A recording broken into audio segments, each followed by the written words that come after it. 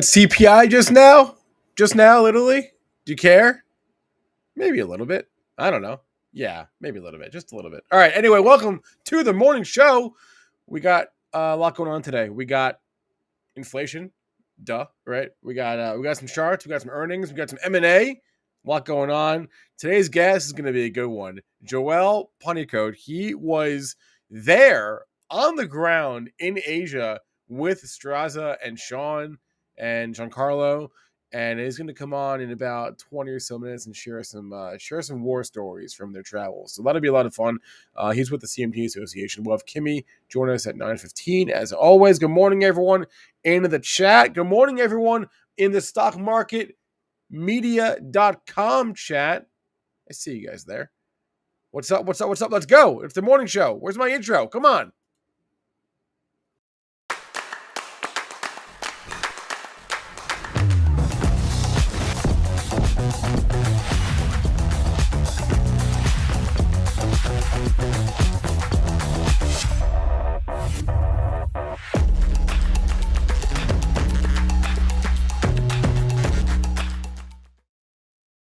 Spencer Israel in the house. All right, I like how you say Joelle Pannikot. Joelle Pannikot. I'm not sure. So Strazza is here, but he's got like a maintenance guy or something in his house right now. So listen, Strazza left to Asia for a month, and everything was falling apart. His house is falling apart or something. But all kinds of things were happening. So he'll be on the show at some point whenever he's done with whatever the hell he's doing over there. Anyway. You want to talk some CPI? I know you do. It just came out pretty much in line, actually, so not much to say about it. Listen, I can barely spell CPI. For me, I think it's important to just understand that these sorts of data points are really designed to just keep journalists employed, right? And I'm all for it. You know, I'm friends with a lot of journalists. That's really what this is all about.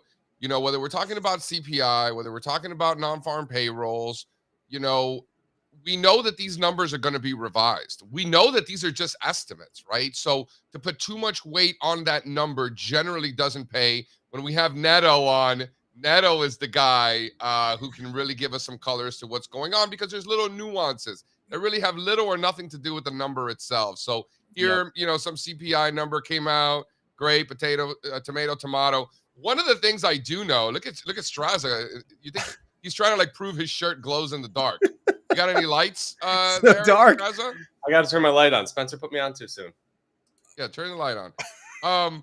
So hold on. This is important because, you know, we know for a fact, and I'm not even like an expert, and even I know this, like we know that CPI is incorrectly calculated. Like we know. Yeah, and also they change the formula from time to time. So like we know it's wrong. Like, so we know the data is wrong. We know that the government doesn't care to fix their mistake, right? So like we know all these things. So, you know, to overthink this CPI is really I agree with you in a lot of ways, but also like I don't even know anymore. Like I can't even draw the line between things that I care about because I care about them and things that I care about because I know the market cares, right? You know what I mean? Like I don't even know where the line is. Well, the market clearly doesn't care at all because this number, this CPI thing came out 6 minutes ago and the market hasn't even moved.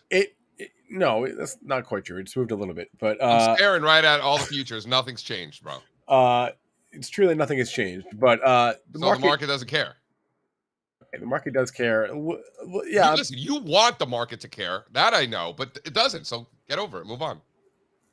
Sometimes it takes a few, you know. I got one for you. Just look at a chart of gasoline. If gasoline breaks back out, and this is a true reversal pattern, and it's heading higher, then so is inflation, and so is CPI. So are interest rates. That's right. See? This is called intermarket analysis, Spencer. You know, yeah, I wish we had time to ask Caleb about that because I really think gasoline is the best information we have for inflation. That's Caleb thinks rates go lower, huh? We'll see. We'll see. This? Ian Culley pounding the table yesterday on higher rates. Pounding the table. All right. I'm like, yeah, you know, we're getting mixed signals. He's like, what mixed signals? I'm like, okay, excuse me. I'm like, well, we're getting this, we're getting that. He's like, Yeah. Like he is very bearish of bonds. And I'm like, so you're shorting bonds? He's like, I'm not shorting them.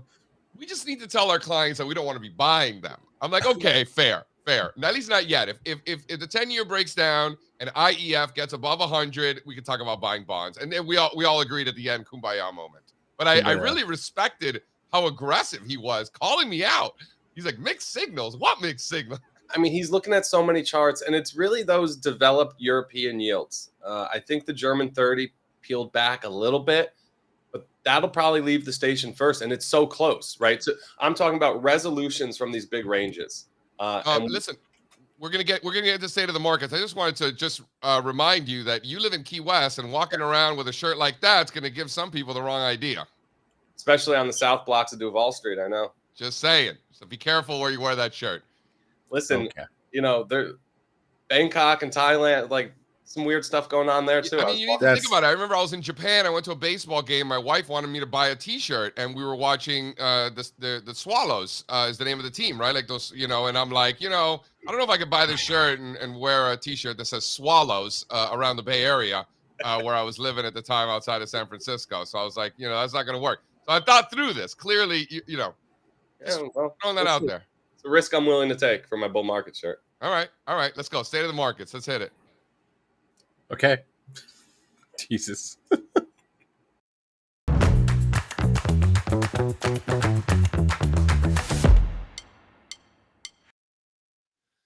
So the sector rotation is really very aggressive. I mean, there's just no question about it. I mean, look at technology hitting new multi-month lows on a relative basis. There was a time not too long ago, my friends, where they would tell us that only 7 stocks were going up. Remember? Oh, how silly humans can be. And obviously that was not the case. That was just a lie. And there was thousands of stocks ripping in your face all year, not 7. So you hate tech now. Tell us what you're seeing here in this chart. First of all, I have too much love in my heart to hate anybody or anything except the New York Jets and the Florida Gators. Other than that, I have very little hatred in my life. I have some personal issues there. And Pinotage. I fucking hate Pinotage. I can't do it. That's another story. Okay, so technology. I don't hate technology. I embrace trends. And in this case, the trend is not up. New multi-month lows in technology relative to the rest of the market. Let's look at technology on an absolute basis. Yeah. And what is going on here? This is what we like to call a failure. It failed to break out. It got to the former bull market highs for the first time since that peak and failed, right? Yep, go ahead. Sorry. Not really surprising. And momentum really stands out in these charts. I know you don't have it here, but it hasn't happened to XLK yet. We're close, but the speed at which momentum registered oversold readings in some of the components, just look at Apple, it took 3 days, really stands out to me, right? The character of this corrective action is different from the character of the corrective action we saw in Q1 and Q2 of this year. No question. We take a look at Apple because it's a big component of the S&P, big component of the NASDAQ, big component of technology. It's like a quarter of the entire technology index and failed miserably. Microsoft had already been failing. Apple was trying to break through despite that. And ultimately, that selling pressure caught down. So nowhere to hide in technology, particularly at the mega cap level. There's some small and mid cap stocks in the tech space that are still doing well in growth in general. But bigger picture, no, not at all. Why don't we look at technology relative to energy to reiterate the relative strength that we're seeing? Notice how in technology relative to the S&P 500, momentum's not hitting oversold conditions yet. However, relative to energy, hitting new 3-month lows as we speak, and momentum is now officially in a bearish regime, which is not something that you see in uptrends. It's not something that you see in bull markets. It's something that you see in downtrends. It's something that you see in messy markets. And all of the data continues to suggest that technology and mega cap growth is a mess. The trend is not up. It's either down or it's sideways. Either one of those, I don't want to own it. So it has nothing to do with hate. It's more my love for my money and the capital that takes care of my family and puts food on the table, Strazza. That is my job as a father and a husband. to put food on the table and to put that money in a downtrend, which is technology, would be irresponsible of me. Would So it you say, not? I don't hate downtrends. I just love money. I like that. Yeah. Yeah, Makes sense to it's me. my job. Like, can you imagine it? My kids can't eat their chicken because daddy owned too many tech stocks? Like, that would be very sad. That would be so sad, right?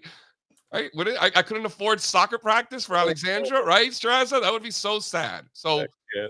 it's just not something that I'm going to do. Let's flip it on its head and look at energy relative to mega cap growth. If this doesn't tell you the story, XLE MGK. XLE IWF. That's large cap growth. Yeah. Yeah, is that not sufficient enough ETF to Oh, they look the same. No, it's fine. describe what is transpiring here as money rotates out of the? Remember, this is the Nasdaq. This was the greatest 6-month period in the history of the Nasdaq. They need a break. They need a break. That's right, Patrick. JC's Pool and Beach House aren't going to pay for themselves. These pools are expensive, man. Damn. And now I'm trying to heat it with a Bitcoin miner. It's not getting any cheaper. Anyway, energy, new multi-month highs relative to mega cap growth. Take a look at console. It's not just oil and gas. It's not just natural gas. I had a monster day yesterday. Look at console. And just for shits and giggles, because, you know, I always get a little chuckle out of these things, I wanted to just include the coal ETF overlaid there so you could see when it was delisted. Precisely the time that investors needed it the most. So in there. Remember KOL? I feel like you and me were the only people that would look at it. yeah, we were, and we have a custom one now, which I think Fonz has ready to show. So Peabody really ripped, and so did CEIX and some of the other names. You know, AMR. Throw the coal index. We got the coal index. There it is. This thing's gonna go, man. I'm in BTU simply because it's optionable and more liquid, right? And tends to move with the others, but it doesn't look as nice as something like AMR or CEIX, like you just showed, which look a lot more like this. Actually kind of leaving the station already and resolving higher from their respective ranges. Looks like the 10-year yield, don't it? Dude, these are commodity stocks, right? Like if we're getting that rotation that we're talking about, this should be one of the juiciest groups. I don't sleep on coal. Don't sleep on. Can we go scroll down to slide 10 here?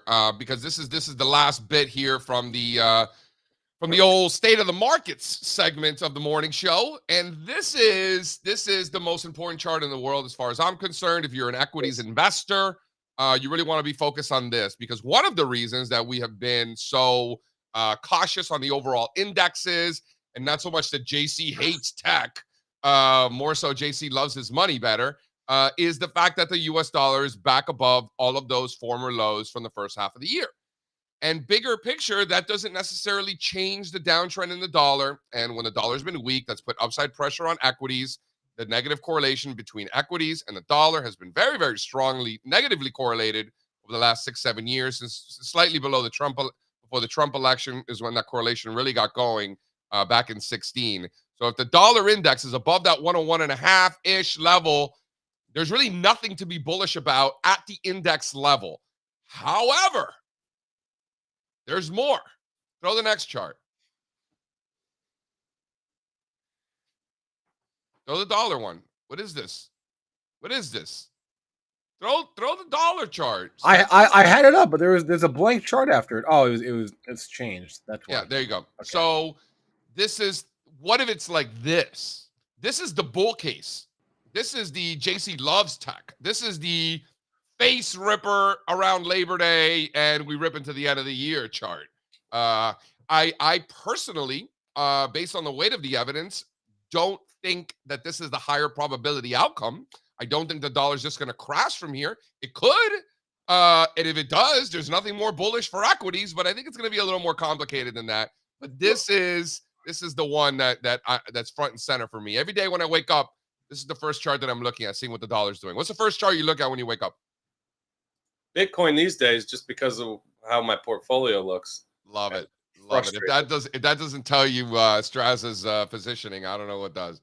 I mean, I'm talking about the past few days. But look, the dollar's probably the second one on my list, and then rates. But I think the dollar AD line chart, go to the blog, check out Ian's post from yesterday on the dollar. He outlined some levels going forward.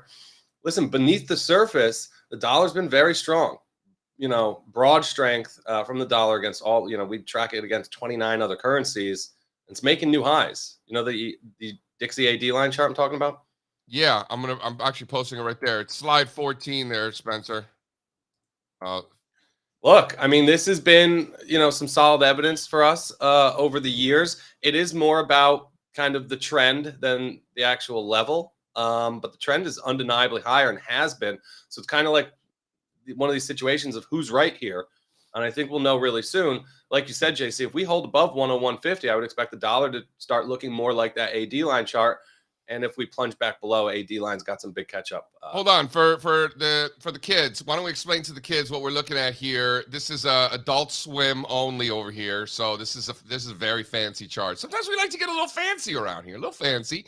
So here's the sitch: the dollar index is 60% euro, right? 60% euro, Yeah, which we could argue all day whether that's right or wrong, but that's just what it is, right? And a lot of people are like, oh, JC, the dollar's just a euro. Well, the dollar index is just a euro, but the dollar trades against all the currencies around the world. So we'd like to take the rest of the G10s, not just Europe, and equally weight the rest of the G10 currencies, and that's that blue line in the middle. And then we'll take it one step further, and we'll take the top 30 currencies in the world, take the dollar out and take the other 29 and create an advanced decline line with all the other currencies, and that's the black line below. So the euro, essentially what it's telling you, the euro has been stronger. That's why that line up above does not look as good as the line at the way to the bottom, as some of the other currencies around the world have been much weaker. Pound also. That's what this tells me. Pound has been strong also. Yeah, right. Exactly. I'll be right back, guys. Sorry. All right, so we bring in, so this is what I'm looking at. So that's what Strazza's talking about. So it's, when we talk about the dollar, it's not just the euro, even though the euro is definitely a good representation. You can look at emerging market currencies. Wisdom Tree has a great ETF, CEW. We talked about this. I'm gonna drop it next. It's the one right after this one. Yeah, You want to pull we that talked one about there, this Spencer? on What the Thick yesterday. It's like Ian's information hack. Yeah, I mean, listen, it's emerging market currencies had a hell of a run. Like, look when this thing bottomed out. This thing bottomed out, which is hilarious. October the 14th, which is exactly when the S&P 500 was bottoming. So if you're wondering just how important the currency markets are to equities, literally the emerging markets index bottomed at the same time as the S&P 500. So, and then what do you know? It also peaked right around the same time that the S&P 500 peaked as well. So like if you haven't done the correlation math and run the numbers, there's also an element of common sense when you look at these things as well. Look back at 2020, right? When did the emerging market currencies index bottom in 2020? Right when the market bottomed after COVID, and then had an absolute ripper. And then when did it top? It topped at the beginning of 2021 when the NASDAQ advanced decline line and all those ARK funds and Chinese internet and biotech and all, everybody had a SPAC. Remember? That was Spencer's still traumatized by that moment. I am still traumatized. Emerging markets were peaking as well, the currency. So if you want, like, if there's like any like random ETF that I feel like people are not looking at enough, not that this is so random, but it's kind of random because nobody talks about it or looks at it. We do. This is it. It's random. Shout out Jeremy. Shout out Wisdom Tree. Good friends of ours out there, Wisdom Tree. Right, Strazza? Don't we love Wisdom Tree? They have some really cool emerging markets funds and doing some international in general, for the record. But yeah, developed too. Totally. Yeah. You didn't ask me what the first chart I look at in the morning is. I'm scared to ask. To be honest, I'm a little bit scared. Disney. It's Disney. It's always the same. I look at a chart of the S&P futures, NASDAQ futures, Russell futures, and that's it.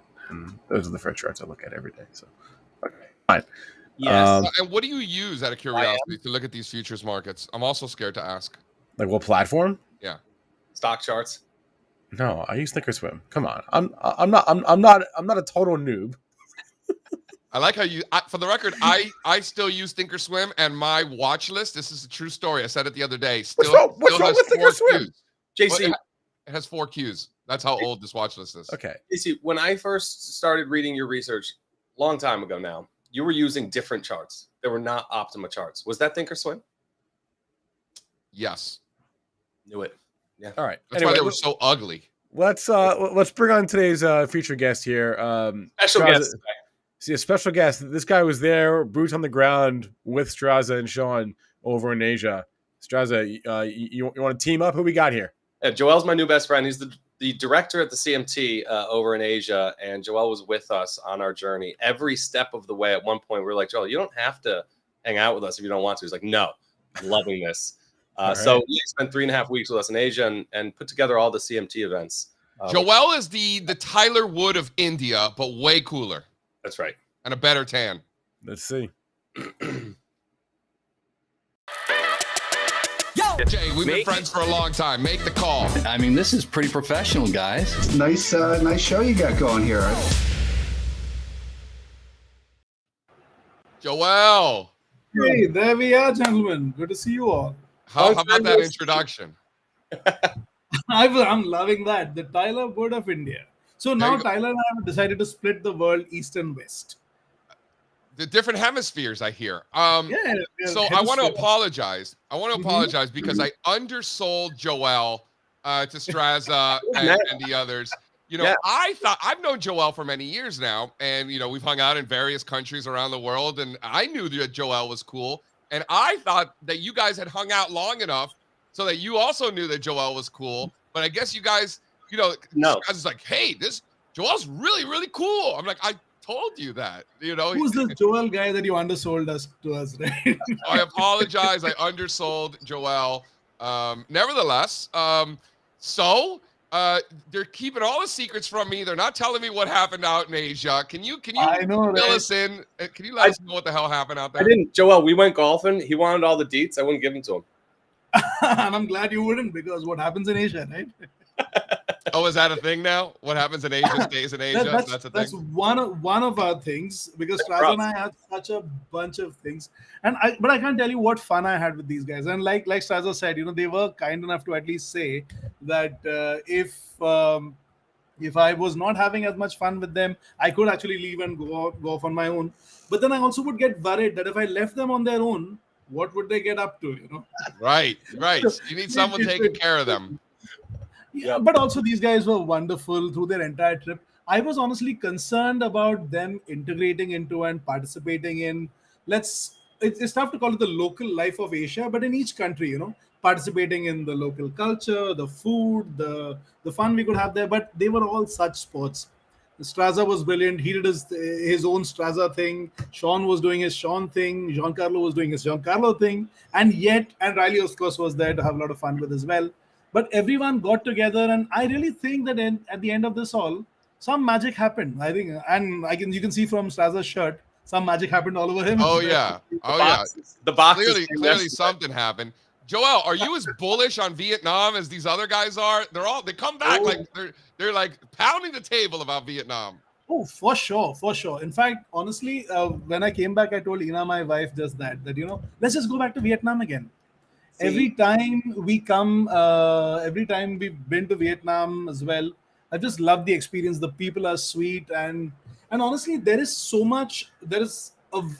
like we always talk about as charters, a long base has been built, and I think there's a lot of upside to the Vietnam market, both in terms of its visibility globally as well as the markets themselves. Like, we didn't even scratch the surface in Vietnam. I've been doing for sure. research at home now. There's just so much to see, so much to do. And you're right, Joelle. Like, it's not just that it was an awesome place, and I would love to go back, but I was explaining to JC, like, there is a big investing story in Vietnam also. I think, like you said, a long runway, maybe that they're less developed, or at least, you know, younger in their kind of development to getting to, you know, a more developed market. They've had less time. So maybe that's just it. But, you know, I was kind of thinking of it as like a 2 to 100 club stock. That's Vietnam, JC. Like we say, you got to catch them when they're small, or mid caps or small caps. That's what I see when I see Vietnam, just a land of opportunity. It's I mean, the Vietnam ETF looks absolutely terrible. No, it That's doesn't. also because there isn't much depth yet, right? Between the Ho Chi Minh and the Hanoi exchange, stocks are spread out a bit. I think that as the market begins to organize itself, and like Jim Rogers told us, Steve, that this is a young market. As their stories start to mature and start to develop, I think a lot is.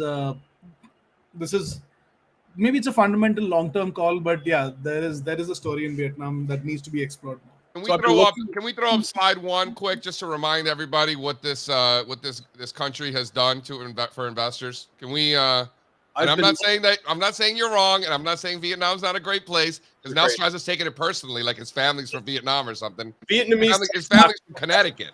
No, you're wrong. Vietnamese tech stocks. Every country you chart against the United States and zoom out 10 years is going to look like this. You might find a handful.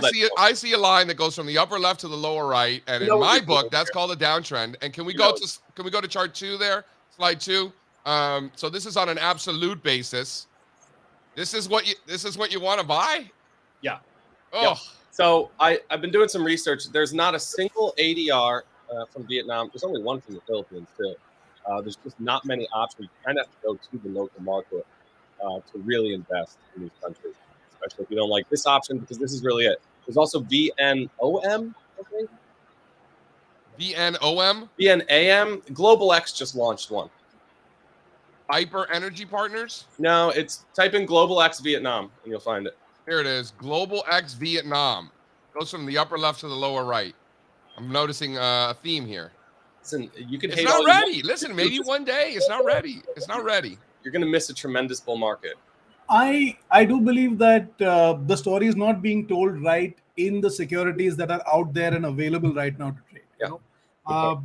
Just being there with the people, being kind of understanding, even the hunger for knowledge, right? It's funny. Vietnam is an outlier for us at the CMT Association in the ratio of CMT charter holders to CMT candidates. It's a ratio of 1:14, which means that there is such a huge amount of growth in terms of just excitement, or the desire to learn, the desire to grow is so huge that, like I said, it's exciting. I think we as a global community need to pay more attention there. Maybe there are better instruments that we don't currently see or have access to. It's worth looking at. Joelle, one of the things I love about you, you work for a nonprofit organization and you're saying all these lovely things about Vietnam and everything like that. Me personally, I don't work for a nonprofit organization. I am an investor for profit. I'm here looking to make money. And you just happen to be in a country and from a country by the name of India. And India, Nifty 50 making new all-time highs. Bank Nifty making new all-time highs. It's like a chart of Vietnam flipped upside down.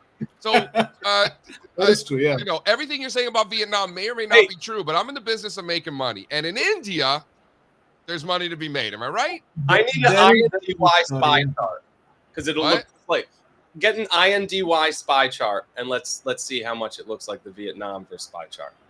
Joel, why don't you tell me about what's going on in India? Why do these stocks keep making new all-time highs? There is a lot of optimism in the country right now, JC. It's both in term, there's a lot of investment that's going on in infrastructure, which promises longer term gains. A lot of the banking sector, the finance sector is very robust as well. So, and India has there's been political stability. The same government in power for the past 9 years now. We're heading into election year, so I'll be very interested to see whether there's any volatility on account of that in the coming year in 24. But there has been stability for a while, and that's playing out in the markets. Here, why don't you throw up slide 1 here? This is Bank Nifty making new all-time highs. What do you think the best way for U.S. investors to take advantage of this trend in India?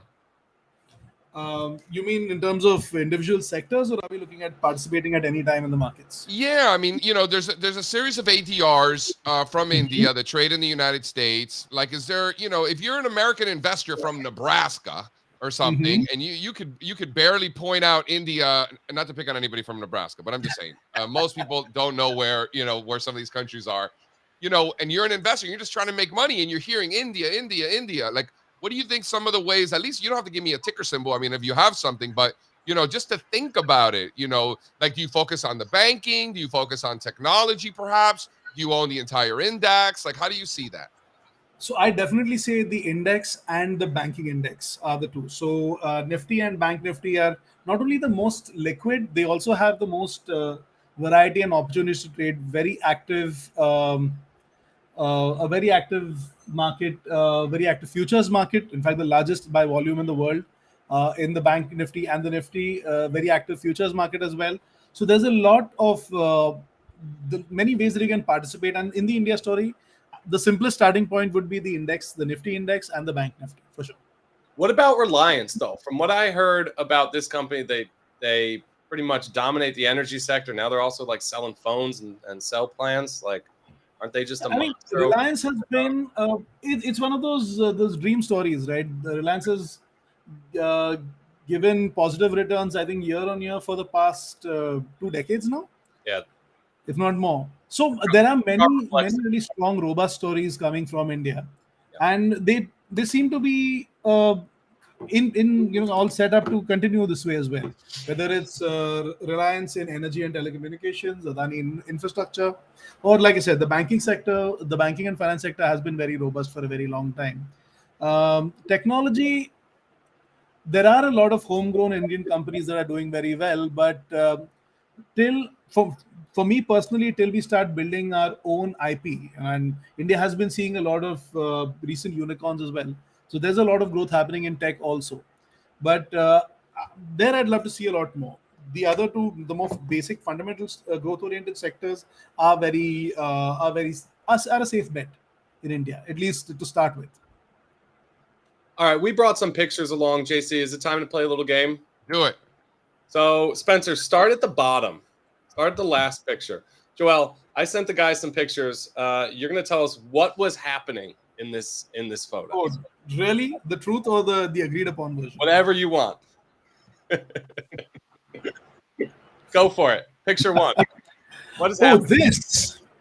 So this was when we hired this tuk-tuk driver to take us to places unknown. What city was this? Bangkok. This is Bangkok. And they're called tuk-tuks there too? Yes. In Bangkok, they are called tuk-tuks. In India, we refer to them more as auto rickshaws or autos.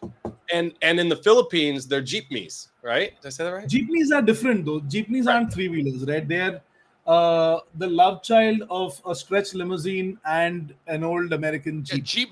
jeepneys are in the Philippines. In the Yes. Philippines, that is correct. Yes. See, I know. They're not Mercedes. Thanks. They're Jeeps. But they carry those logos as well. They carry the Mercedes, the BMW, and the Audi logo on the same vehicle. I love the tuk-tuks. See, getting around in the tuk-tuks in Bangkok is kind of like a secret because when there's traffic on the street, these guys just start going down like alleys and they get you to where you need to go. And they could Yeah, use that's definitely safe. That's true. you Oh, know, it is safe. It is safe, especially when they're swerving at 50 miles an hour around a bend that is 170 degrees. It's nuts. Next picture. Look at Strazza. Not a sleeper on planes, clearly. Oh, Strazza's had a blast on each of these rides. Is So that the plane Sean company, and only time we not sit together, Giancarlo? yeah. That was, we were on our way to Hong Kong. That's the one. Yeah, that was a nice flight to have. Yeah. And Cathay, right? It's all surprisingly right, good. keep it going. Yeah. Keep it going. What do we What's the best got? airline? Cathay. Oh, This one is special.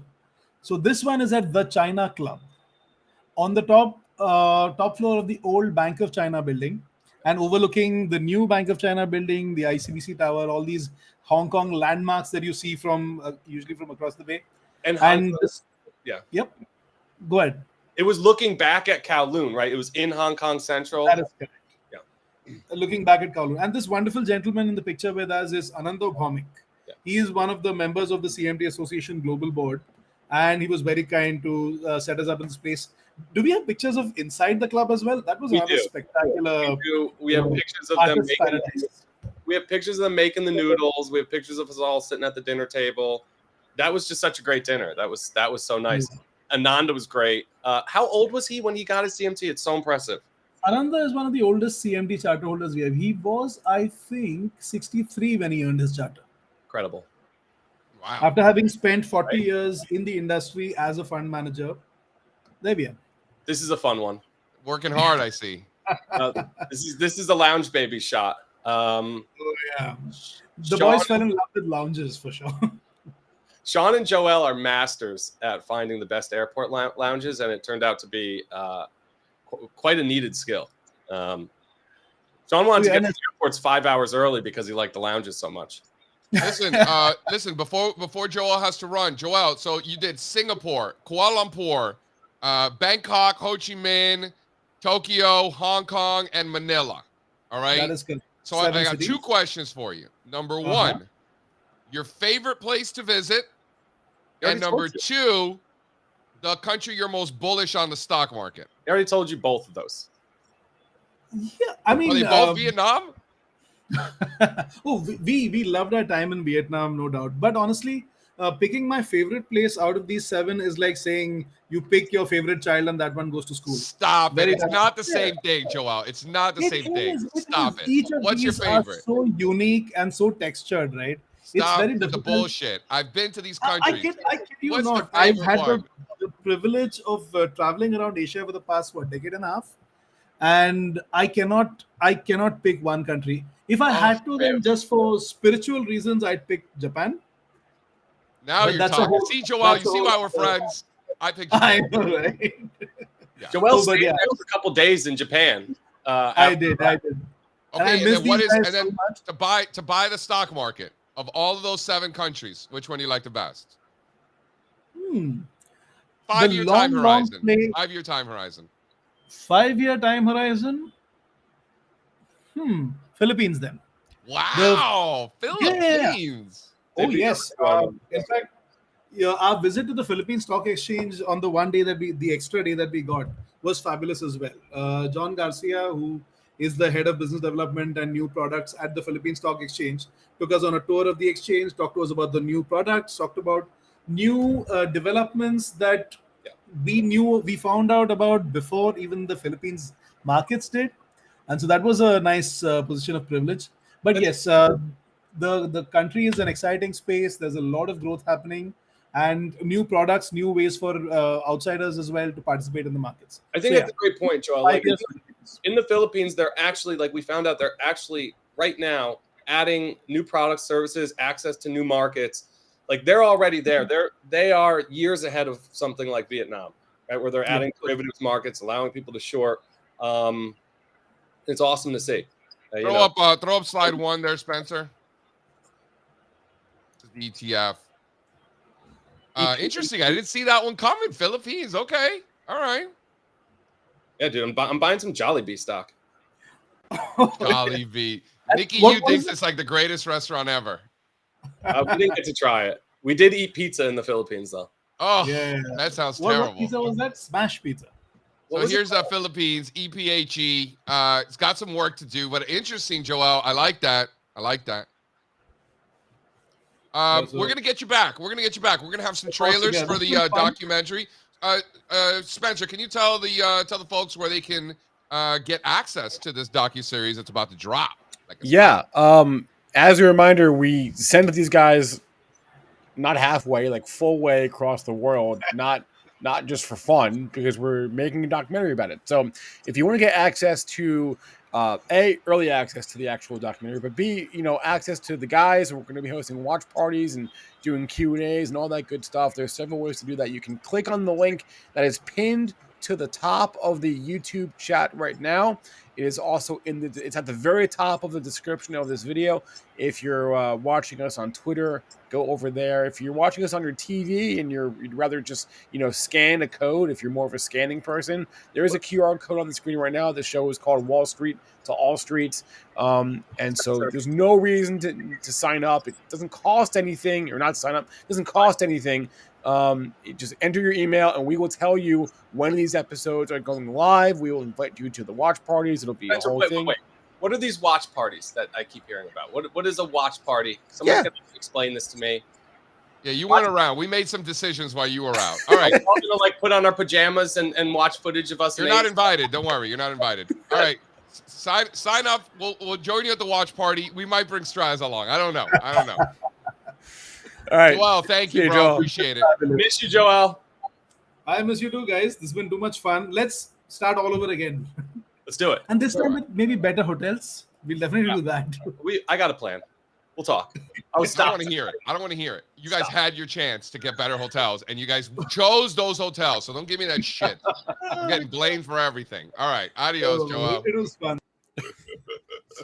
I told you guys 16 times to look at the hotels, and you're like, oh, yeah, they're fine. All right. Hotel complaints are a trigger for JC on this trip. Only because I was so annoying about it before you guys left, and you guys dismissed me altogether. So I was like, all right, fine. Oh my God. I was doing so much. I just wanted to get to Asia, and then I would figure it out once I got there. Well, that was my plan. Maybe you should listen to me more often. That tends to work out well for you. What's next? Kimmy? Well, we're gonna have Kimmy on in a couple of minutes. You want to do like one or two? Let's talk about the one M&A deal we have. Yeah, do it. We don't get too many of these, but we did have an interesting M&A deal this morning, or I guess yesterday. Capri Holdings, CPRI is a ticker. They are buying Tapestry. So Capri, if you're not up on the luxury goods space, Tapestry owns Coach, and Capri owns. I'm sorry, did I say Capri's buying Tapestry? Tapestry's buying Capri. I was just gonna. Okay. Yeah, Tapestry's buying Capri. Capri is the stock that's up today. Tapestry is the one that's down today for that reason. Tapestry owns Coach. Capri owns Michael Kors, Jimmy Choo, Versace. I don't know what else, honestly. You know what? I'll say something about these brands. I know that their best days are behind them because they rebranded their stock away from what used to be like the jewels that these companies had. Well, it used to be Coach. The name of the stock used to be Coach. And it used to be Kors too, K-O-R-S. But now they don't want people to know who they are. And that tells me growth has peaked and rolled over a long time ago for these brands. And they're growing. Like when they take coal out of the name of the company. Yeah, like it's the same. Change it to resources. Right. We've seen this a million times, right? It's how they're marketing their stock to the public. They don't want to be Kors or Coach anymore. And that's been the case for a long time now. So they also own Kate Spade.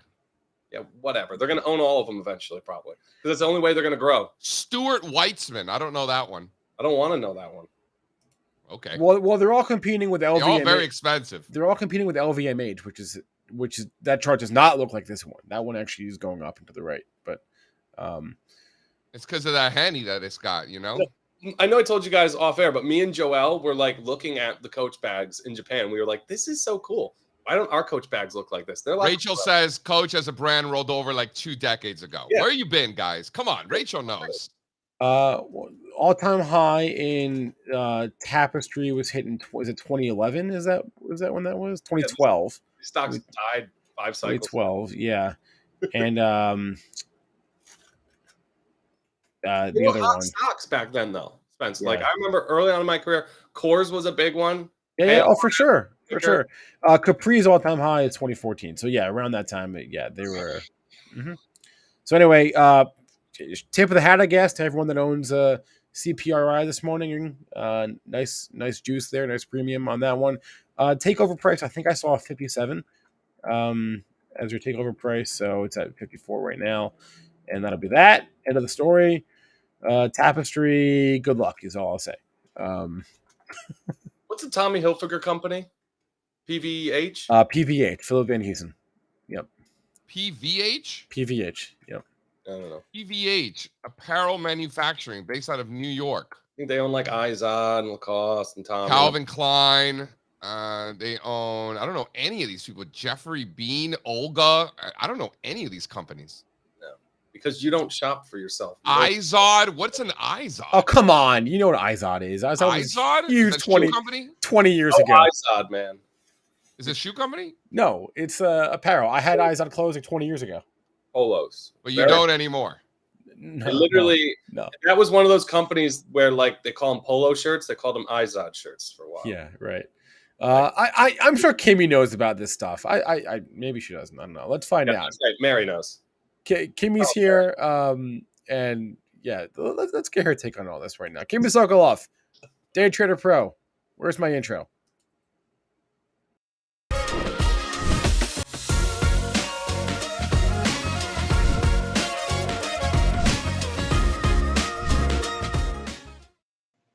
Kimmy.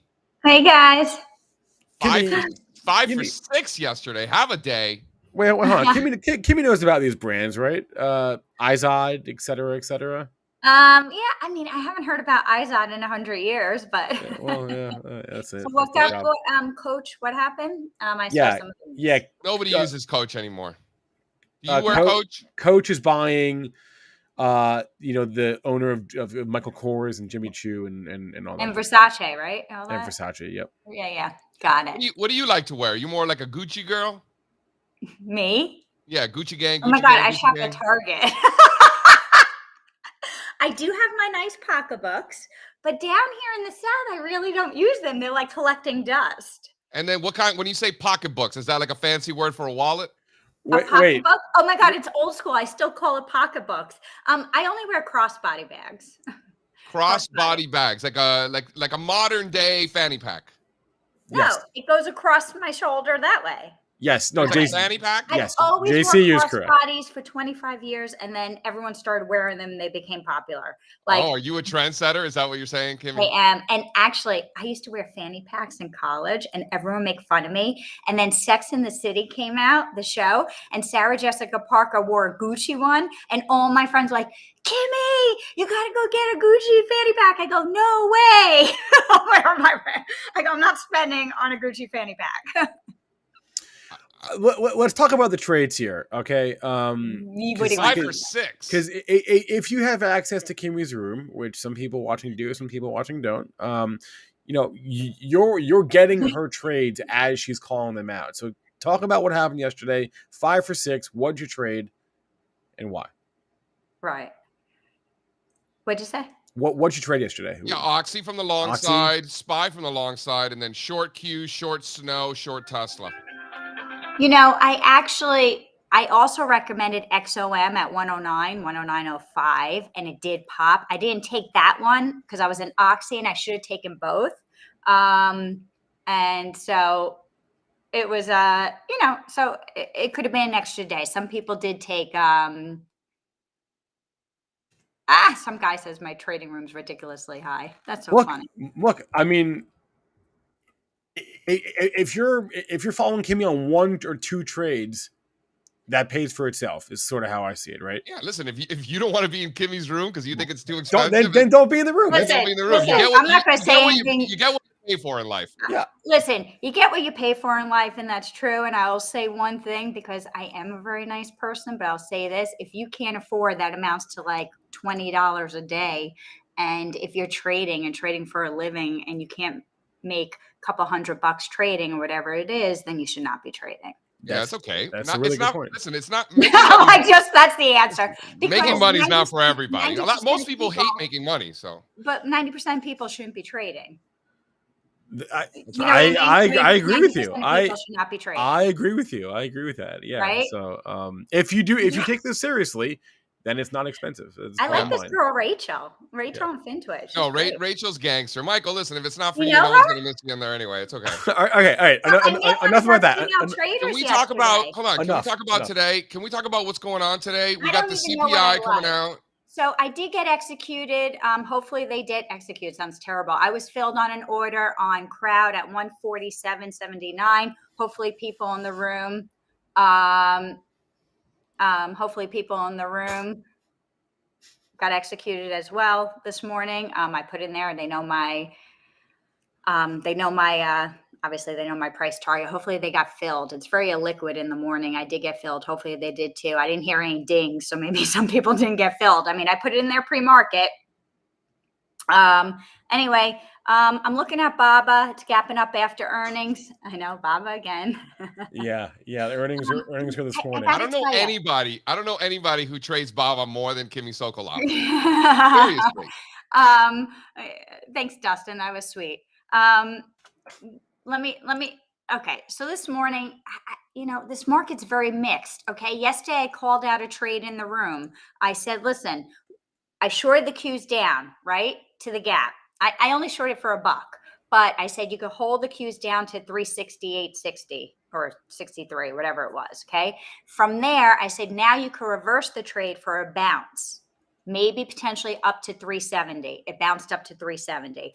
I took the SPYs long. I said you could buy the SPYs as well for $1. And it did bounce $1. So I took that trade at 12:35. I lured the room. I was already off the thing, but I did say it. before I left the room, watch the gap fill and that you could bounce it back. We're still stuck. It's a very, very hard market here. We're kind of range bound. We could either pop up to gaps above or we could drop back down. It's very hard. Names are choppy. I suggest trading less or smaller. And if you get 1 or 2 trades a day, be grateful and back away because it is very choppy. Yeah, take what the market gives you. Are you finding just continued low volume? Not really much of a lack of liquidity issue, though. There's still plenty of liquidity. It's just lower volume, right? Yeah, and Hess yesterday finally hit my ultimate target at 155.40 to 60. You were Some patient of these with people that. held on to that the whole time, so it was Yep. great. You know, that's been a long trade. I got out like the week before. But anyway, you know, it's tough. I'm going to watch Freeport McMoran. I'm going to watch Nike. Nike can't get out of its own way. It's stuck under like 110.50. I love that you call it Freeport McMoran. McMoran. Like I right. do that sometimes just like as a joke, but like you do it like you do it for real because of your Long Island accent. I like it. All right. They don't sound like you in Savannah, Kimmy. No, they don't. No, they don't. And I met one of the traders yesterday, one of the female traders Oh, in yeah. the room.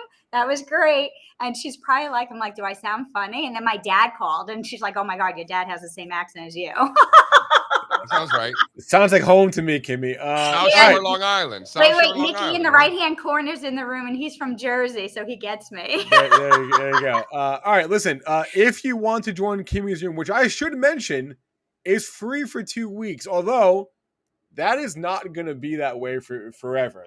The 2-week trial, I'm thinking it's extremely generous of us to offer 2 whole weeks. So for now, at least, you can get in there for 2 weeks for free. Money back. And of course, this trial. is like the bumpiest week. This is a tough week. Yeah. So there is a link in the chat. There's a link in the description. If you want me to put a QR code on the screen, I would do that for you right now.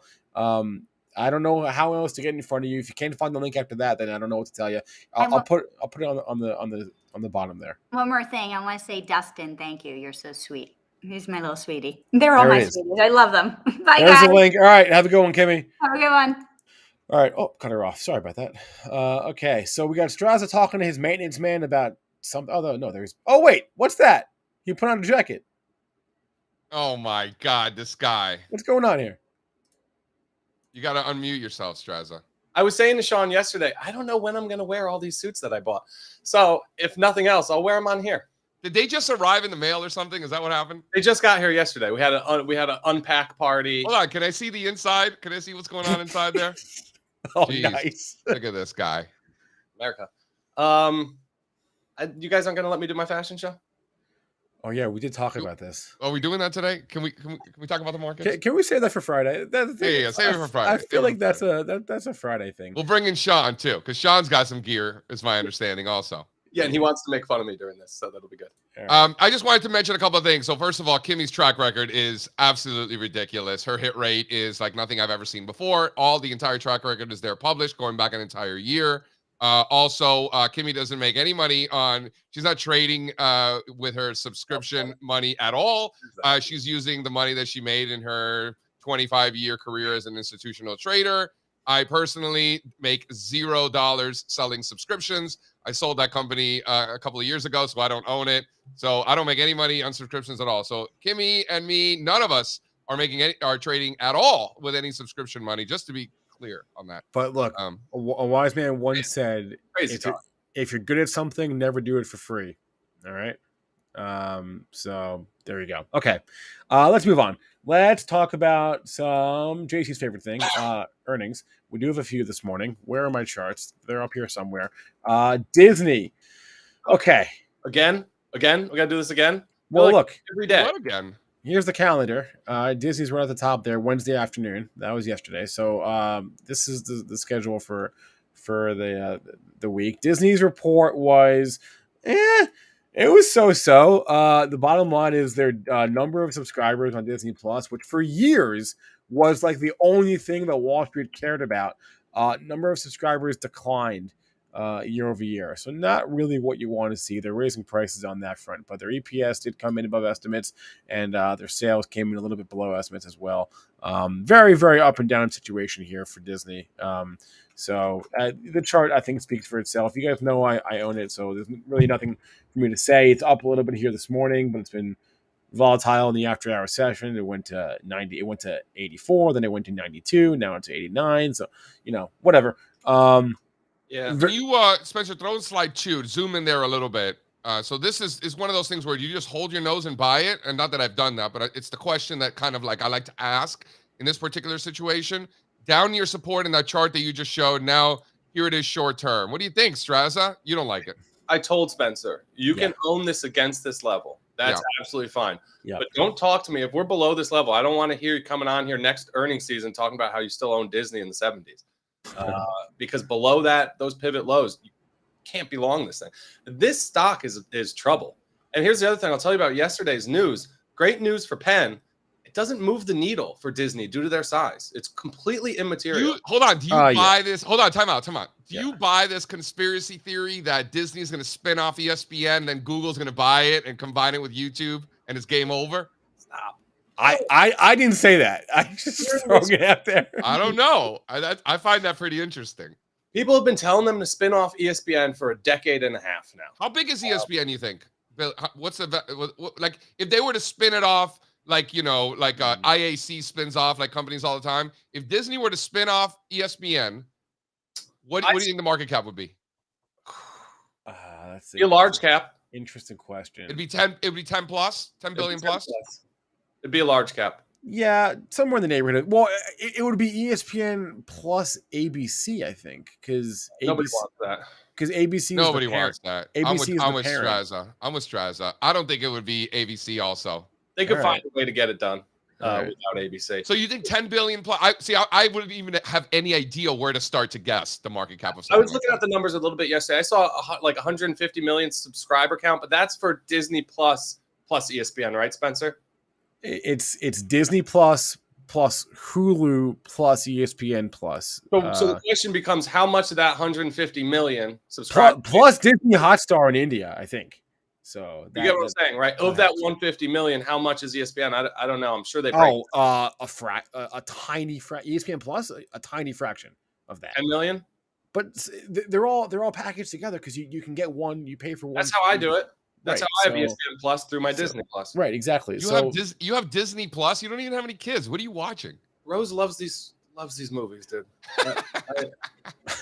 We watch them all. Hey, no judgment. No, I'm just asking. Sharon's caring. What else did we have? Next chart, please. We had Alibaba, and we had the big one of the day was AppLovin.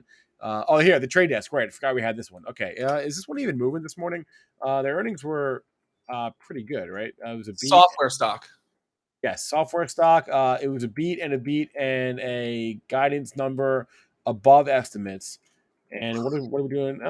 Flat down a little bit this morning. Down about. What kind of software is it? It's like asset manager, RIA type software, right? Yeah. Yes. I always thought it was like not trading software, but like institutional Wall Street type software. I thought. Wait. Unless I'm way off. And is that other. No. I am way off. This is a programmatic advertising company. So ads. I knew it was ads. Okay. Yeah. I'm talking about Aspen.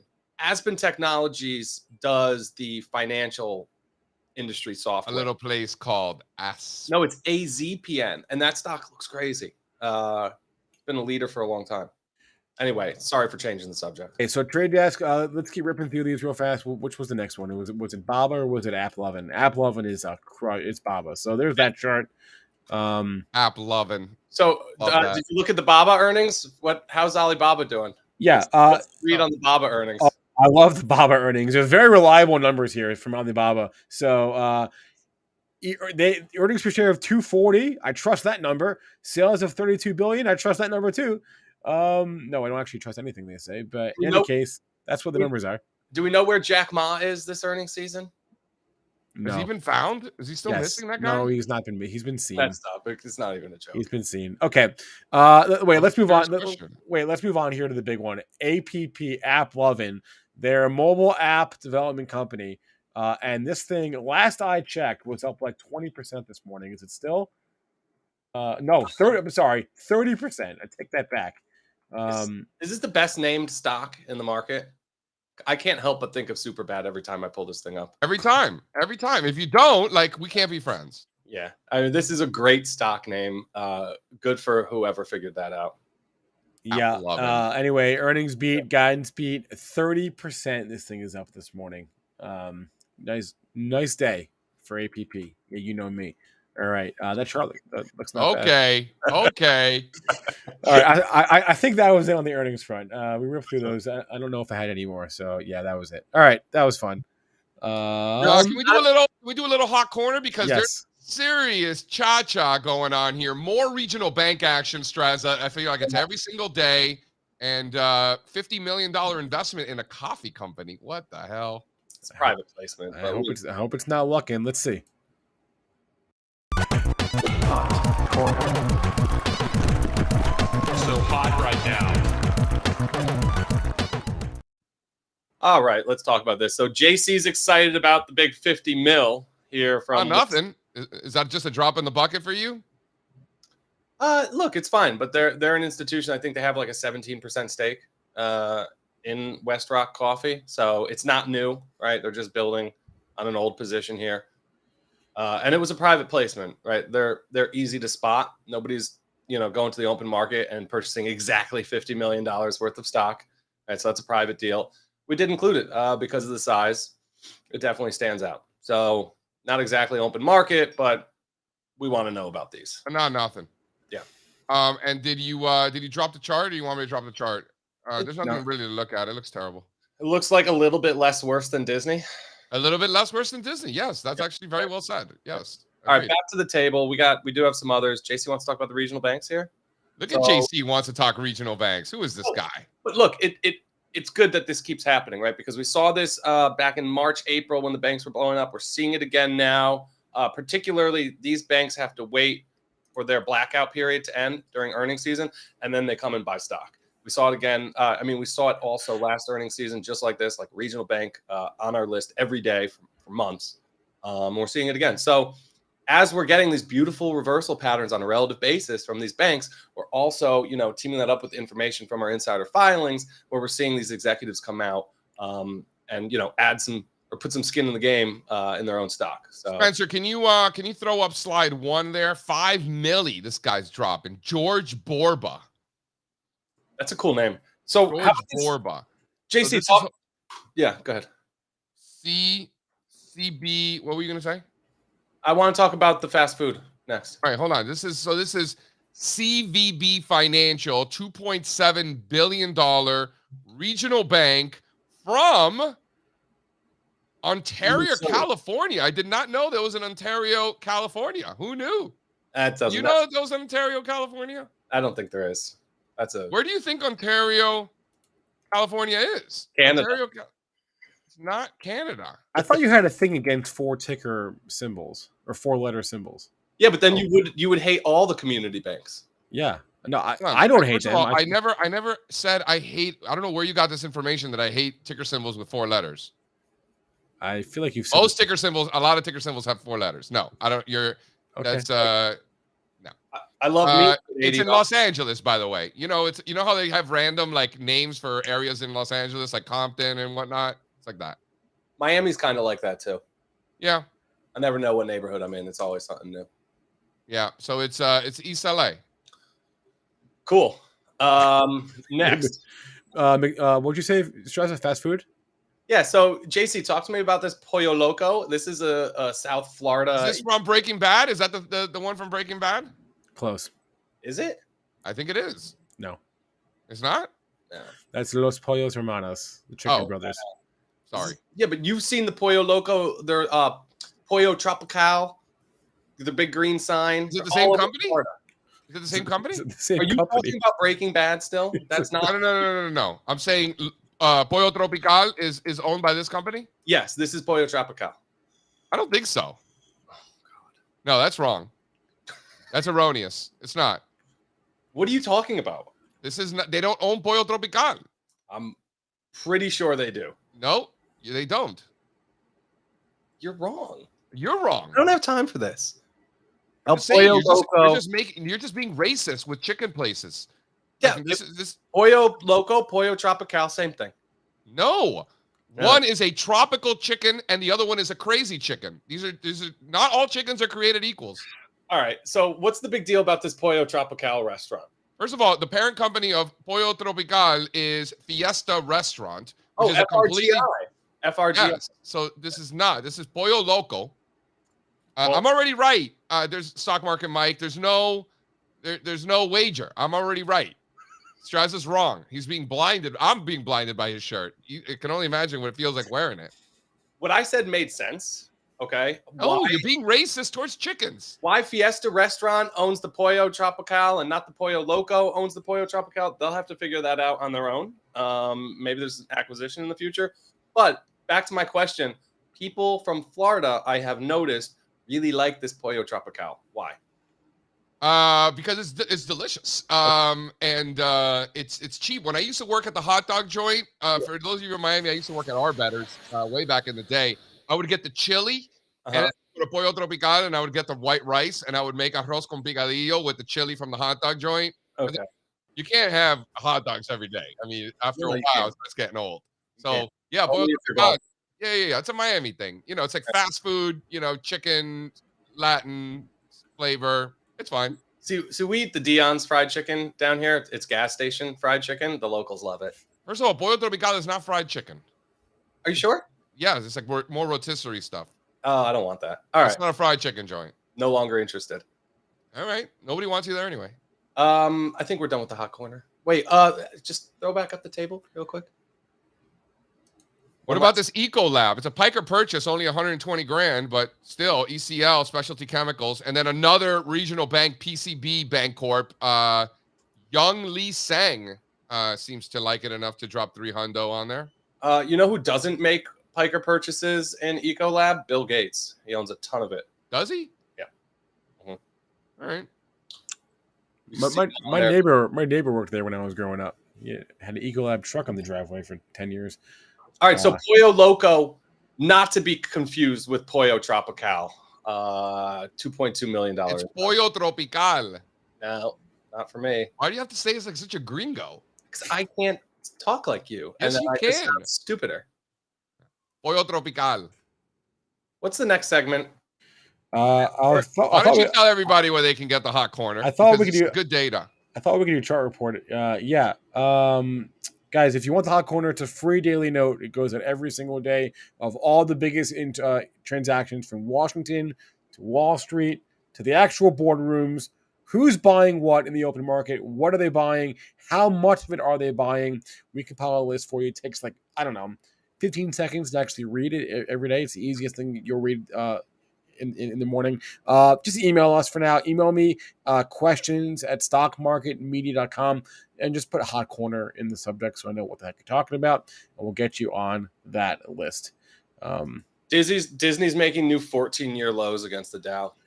I was looking at the Disney chart going back 25 years yesterday. I like how you use the Dow as a denominator there. All It's right. in the Dow, isn't it? I mean, listen, I could be meaner and use the S&P. If I use the S&P, we're close to 20-year lows.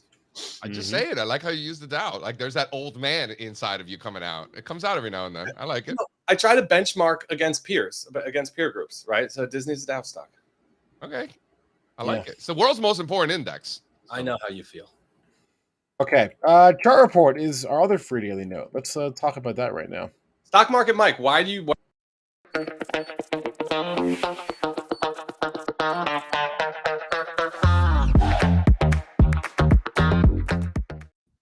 I don't need this scoreboard from Stock Market Mike keeping track of what JC's right about over here. We don't need that.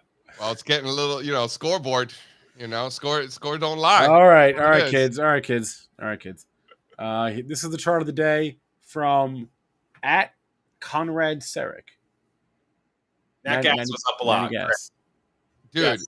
Eric Conrad. Can I just say, Eric Conrad is the man. Oh, he's my favorite. I didn't realize he is the man. Yeah. So he is hilarious. I also didn't realize that's who this was, honestly. Yeah, we were just hanging out with Eric in April. He's a blast. He's always a at good the time. symposiums. He is. He's a good time. He lives down in Chile, if I'm not mistaken. He's a great technician. He's awesome. He was at UBS for a while. Yeah. What about Jim Carroll here? Wait, hold on. The quote of the day. Strazza, can you confirm? Shirt scoreboard, Strazza's up 1 right now. Yeah, that's right. Downtown Matt Brown. Love it. What? I was talking about the quote Jim of the Rogers. day. Oh, commodities tend to zig when the equity markets sag. You know, Pat was having a hard time picking the right Jim Rogers quote yesterday. I wouldn't have gone with this one. He has a cooler one.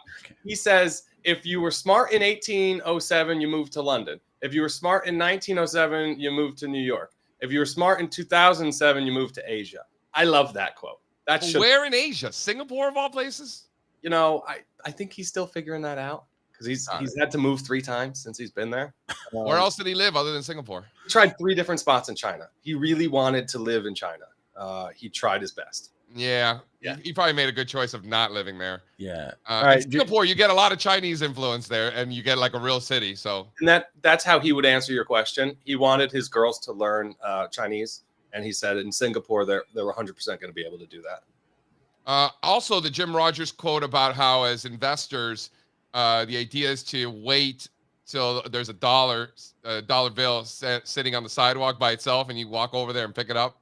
Yeah, I like that one. Man, he is a wise man, and he knows so much about these Asian markets. It was such a blast. And how does he look without a bow tie? That must have been unusual. I mean, he was still dressed really nice. You saw the pictures. He looks good, man. He's killing it. All right, JC, what was the chart you saw in the chart? Well, I like how Fonz making the top 10, showing that crude oil making new. What is that? Fonz with all the 8-month highs on the crude oil. Look, the AV WAP really stands out on this chart. Did he include the AV WAP? God damn. No. All right. You anchor the AV WAP from the highs in the summer of 2022. We just took it out. It put a cap on prices earlier this year once already. So, you know, the average buyer now from the peak last year back in the money. It's a big deal. It's a big one. It's a big level. JC making the top 10. I don't see Strazza on the top 10. JC making the top 10 with the interest rate question. That's a big one. Scroll down. Oh, I thought you were up. Sorry. No, I'm down at the bottom. It's at All-Star Charts. The very bottom. There you go. There it is. Look at that. So, you know, I think that this is just listen, we talk about it here every day. I specifically, I included in today's deck and I skipped over because we talk about it every single day. This is a big question. Ian Cawley pounding the table on higher rates, lower bond prices, large speculators pounding the table on lower bond prices and higher interest rates, which kind of I just don't like to invest in the same direction as large speculators at consensus. That traditionally is not a wise strategy. So I'm kind of just observing. I don't have any positions in bonds, and I'm just using that as information, right? You're staying away from commodities because of what you're seeing in the bond market? Am I staying away from commodities? I don't know. You're not. You're buying energy stocks, but right. So that's what I'm saying. So I'm using what we're seeing in interest rates to help me make decisions in the equities market versus actually putting on a trade in the bond market. But you're still skeptical of this trade having legs based on the speculative positioning in treasuries. Listen, I'm long energy. So I mean, technically, I guess I'm short bonds indirectly. Am I not? Yeah. So you're open-minded. Okay. Yeah. Got it. Listen, I have more questions than answers, which is why I keep asking this goddamn question every single day because I'm curious. We've been trying to do PTPA for like 2 days now. It's been too hot in here for me to tape shows in the afternoon. But I have had, as the 2-minute drill, we're going to figure this out. We'll do like a little, bring our best evidence, and we'll try to pick a direction for rates based on the weight of the evidence right now. Because I do agree with you. I do think it's mixed. The answer, Strazza, is sideways for longer. Okay. Yeah. Right? Haven't we just continued to agree with that, and that's incorrect? And the stock market likes that. Keep that in mind. Just throwing that out there. It doesn't have to be up or down. Sideways is the direction too. Is Bitcoin going to go? Am I equally weighted cold chart, right? Kind of just grinding sideways. BTU has been like the best stock I've had in my options account this week because nothing else has been working. By the way, guys, the link to get the chart report has been scrolling to the bottom there, and it's free. It goes out every single day in the afternoon / early evening, and highly recommend. Probably one of the most enjoyable things I read. We don't have a friend joining us today. We don't have. Did I hear that Mary's coming in? Is that right? Who's coming on? Actually, Sean is here. Yeah. I mean, he's here. His camera's not on, but he's here. Sean was looking for some action when we were doing the interview. I know he was. He was looking for some action. What, when you guys were showing off gear? No, I haven't showed Sean my gear yet. Didn't you guys get fitted together? Don't you guys know what you guys bought? Yeah, but I literally got sized for a shirt, and then I walked through a room of fabrics, and I said, I want this one, this one, this one. And then they sent me the box of them. It's not like I was able to see the shirts. This is my first time seeing them. All right, Sean says, let me in. So I'll do that.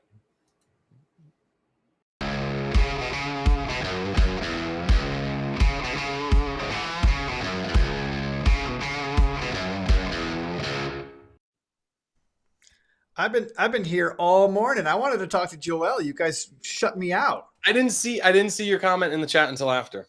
Shawnee, baby. What's happening? I miss Joelle. Sean, don't you miss Joelle? Joelle was a calming force in a sea of chaos. Sean already knew Joelle. You had already hung out with Joelle like in Mumbai. Like you already know. Joelle. I didn't know him well enough. He is a freakishly patient man. To the point. No. He had to be. Sean knows, because Sean is an incredibly patient man too. But there were moments, especially with the drivers picking us up at the airport. And once we got to like the last few cities, we've been through it before. We knew it was going to be a disaster. And it was a disaster. And Joelle's just on the phone, just so calm. Just, okay, he's coming here. He's coming.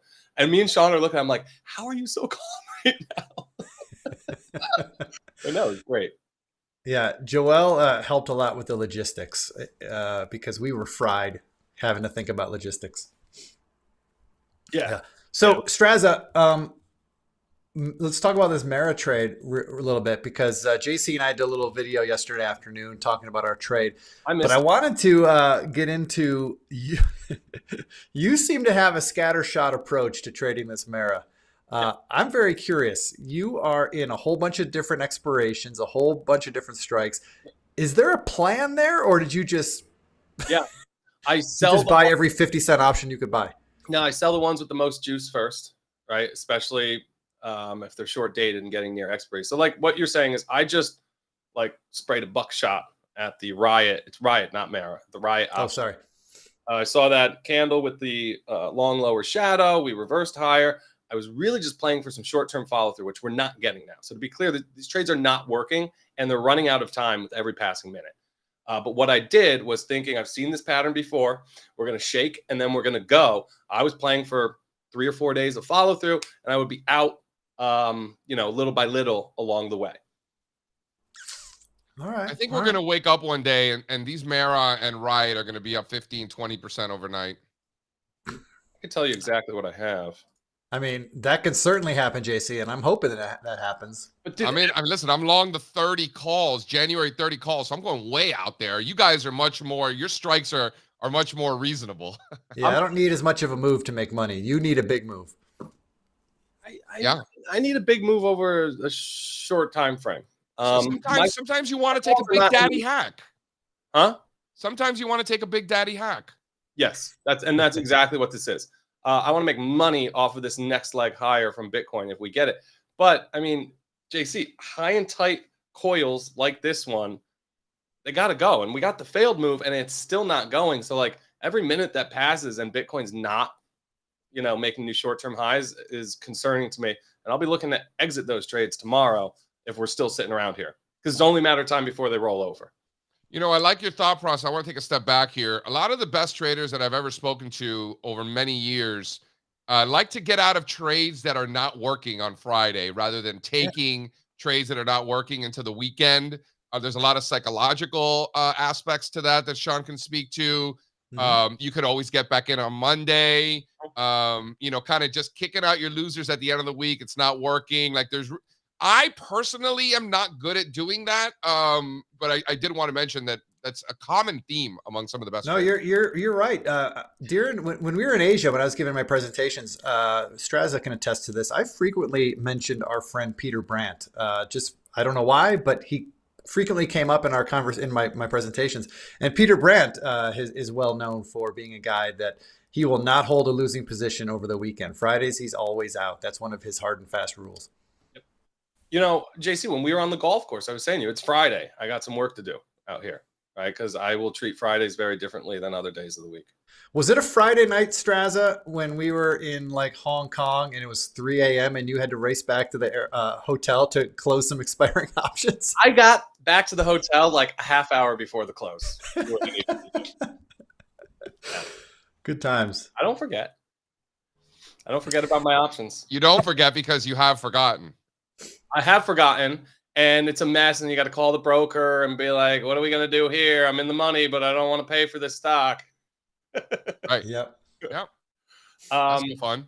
And they'll help you. Interactive Brokers is great with that. So they will help you. I've had situations in the past where they've said, okay, that's fine. You can hold the stock. We will assign it to you, and we'll sell it as soon as the market opens. You don't even, no capital call needed. They're awesome. That's the way it should be. Brokers can do what they want, you know. It matters how much they like you. Yep. And if they saw those shirts, they would really like you. No, they would turn you down at the door. Can we do a little recess? I want to talk about California. California. Yeah. Let's do it. Beach.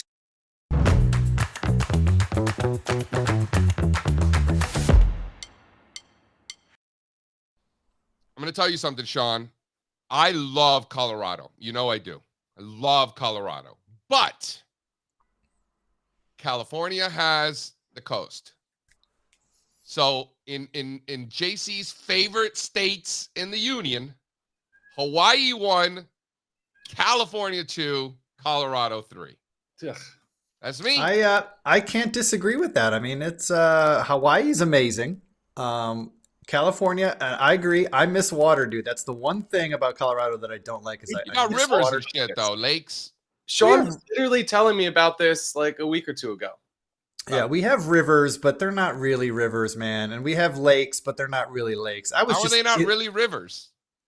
They're, because like most of the year they're just trickles. They're only rivers like during the mountain runoff. Streams.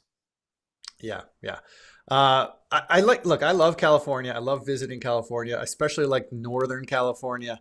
But my beef with California is that the places where you want to live, it's kind of hard to live there. They're either very expensive or very far away from airports.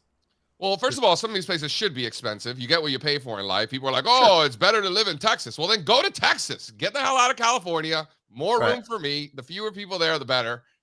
Number one. Number two, we are going to Los Angeles, and we are going to be going. I already got the tickets, by the way, Sean, for the Dolphins-Chargers game. Yeah, but that's going to be wild. Rooms and airfare. We need other tickets still. I got the football tickets, which in my opinion was the most important part. And then anybody who's going, we're going to Future Proof down in Huntington. This is going to be September the 11th. Do I have that right? 10th. I don't know if I got accepted yet. September. Well, you don't have to come. September 11th and 12th. We will be at Future Proof, and if you are coming to the conference, there's going to be a lot of financial advisors, a lot of friends of ours. Good time. Are you going, Rachel? Are you coming? Rachel going back. Rachel was there last year. We had a good time. It was fun. Yeah, Rachel was there. She was good. She was cool to meet last year. It's more like a festival than a conference. It's like, when you go to these conferences, like all stuffy, like, with the suits and the old white guys and stuff like that. Like, it's not that. It's very informal. The population of male to female is way less obnoxious. It's usually just a whole bunch of old white dudes in suits when you go to some of these things. This is not that at all. And we will be easy to find because Strazza will be wearing shirts like that. Are you really going to be doing that? I don't know what the problem is. You sound like my girlfriend right now. Why can't I go out in these shirts? No, you should. You're good. It's just on Duval Street. You might want to be careful. That's all I'm saying. I live down here. I'm not afraid of Duval Street. Nobody said you were afraid. I'm just saying. It's a little aggressive. No, I can't wait to be Strazza's wingman when he's out there wearing those shirts. Downtown Matt Brown says, can you go to Future Proof as a trader? You can go to Future Proof as anything you want. None of us are financial advisors, so we will be skipping all of the financial advisor presentations. We find them to be incredibly boring. With all due respect to financial advisors, it's just not our problem, right? Like, you guys You guys go do your financial advisor stuff, and we'll meet you at the bar. Sure. Right? Yeah. Like, it's all good. You can get like some sort of free passes if you're an influencer. Apparently, a lot of the guys got them. I'll tell you what, when I go to conferences, this is not usually my thing, but last year at the Future Proof conference, the swag there was pretty high end, pretty on point. True. Yes. And Strazza, who's a swag junkie, was like, JC, you got to go to the Morningstar booth, bro. They got the Yetis. You got the Yeti cups. Go to the Morningstar. Right? Remember? You're welcome. It was great advice. Yeah, they're great. They're great. You know what would have been better if you told him to buy Yeti stock, because Yeti's up like 20% today. Is it? Thanks, old man. What did they do? Earnings, baby. They sell great coolers, and people are getting into them. Dude, my Yeti cooler still smells like clams, man. Yeah, we heard about that when we were in Asia. It's bad, but I got to do like the vinegar thing and the bleach and leave it outside. Like I got to do all that. I haven't had time to do it, but man, I got to get rid of that stank. The chat was terrible today. No, come on. Chat was fine. It was one angry guy who's not good at math. It was it's fine. Chat was fine. By the way, guys, want to plug again our website, our beautiful new brand spanking new website, stockmarketmedia.com. Nice. Here is the schedule for the rest of the day on the channel. Options jam session, which we're doing live on YouTube for the first time today. That'll be at noon Eastern. Sean McLaughlin. That's the wrong. And I think the long-awaited return of the Flow Show is Monday now. Yeah, coming back next week. Coming back hard. Yeah, that's the wrong thumbnail, but the time is right. Noon Eastern, and then CRL Chart Request Live with Strazza and Pat at 1:00 today. Yeah. And then allegedly we are recording an episode of Part in the Price Action that should go live in the afternoon. We're actually doing it today. My air conditioning is fixed. Feels great in here. Well, there we go. Finally, congrats. So that's the rundown, guys. If you have not been to stockmarketmedia.com, check it out. Play around. You can watch our show there. We got a little chat going on. We're gonna be adding all these new features. It's awesome. It's a sweet site. It's only gonna get better. There we go. Okay. That's a wrap, I guess. It's a good show. Yeah. Thanks to everyone in the chat. Mary was coming. What happened? I love Sean, but Mary's better looking. Mary's way better looking. Mary can come on tomorrow. All right, I don't know why I thought Mary was coming. All right, guys. All right. Let's wrap this up. I'm going to go stare at 1-minute charts of Bitcoin until it moves. Oh, that sounds terrible. Go make some money. It's a bull market. I can't take no loss. I don't even know what it costs. I hit the ground, then it go off.